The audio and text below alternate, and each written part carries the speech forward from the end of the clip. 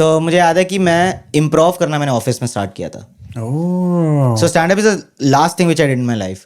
सो theatre में कर रहा था, फिर KPMG में आ गया, थिएटर छूट गया क्योंकि you have to go to rehearsals, तो वो तो हो नहीं पाता था. So I accidentally discovered this improv group. So एक मैंने फेसबुक पढ़ा कि कोई इम्प्रोव सिखा रहा है एंड न्यू दैट गाय, क्योंकि मैं बैक स्टेज काम करता था उनके साथ.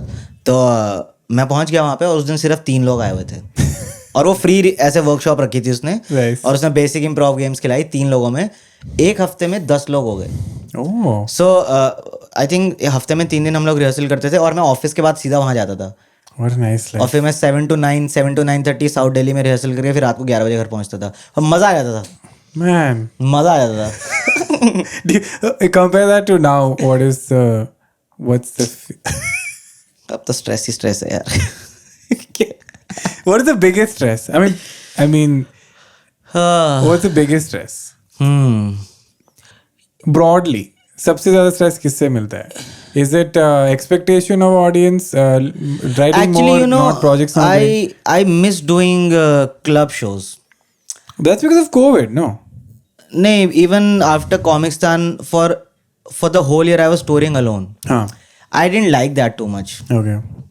मतलब वो जो क्लब एक होता है ना कि आप कैनवस होता था या जो भी हैबिटेट जब आप जाते थे तो आपको पता है फ्राइडे सैटरडे संडे तीनों दिन आप जाके वहाँ 30 मिनट्स करने वाले हो. Correct.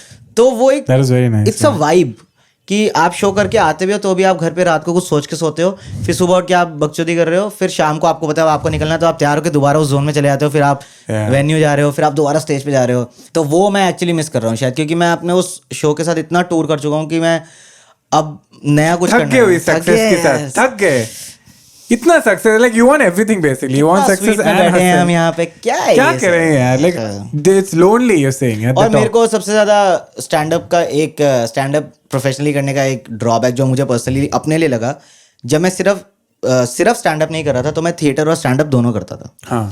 और वो क्या अमेजिंग बैलेंस था ना मेरी लाइफ में, क्योंकि मैं दोपहर से शाम तक रिहर्सल्स करता था और शाम को मैं ओपन माइक करने जाता था. तो क्या होता था जो मेरा स्टाइल ऑफ स्टैंड अप है आपने देखा ही होगा है ना.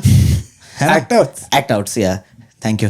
मैं भी एक्टर्स करता हूँ यार. बैंगलोर कॉमिक्स का ये स्टैंडर्ड क्या बोलते हैं ट्रेट है कि हम लाउड है और एक्सप्रेशंस करते हैं. तो but you know where it comes from? It comes from really tough rooms.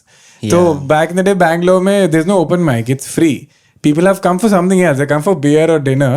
और हम mic stand डाल देते हैं and be like sir stop drinking. What is your name? So when you have to sell a joke, you can't like now when I see a comic and he's doing a joke like yeah so पता नहीं यार. I'm like अरे ये क्या हो रहा है?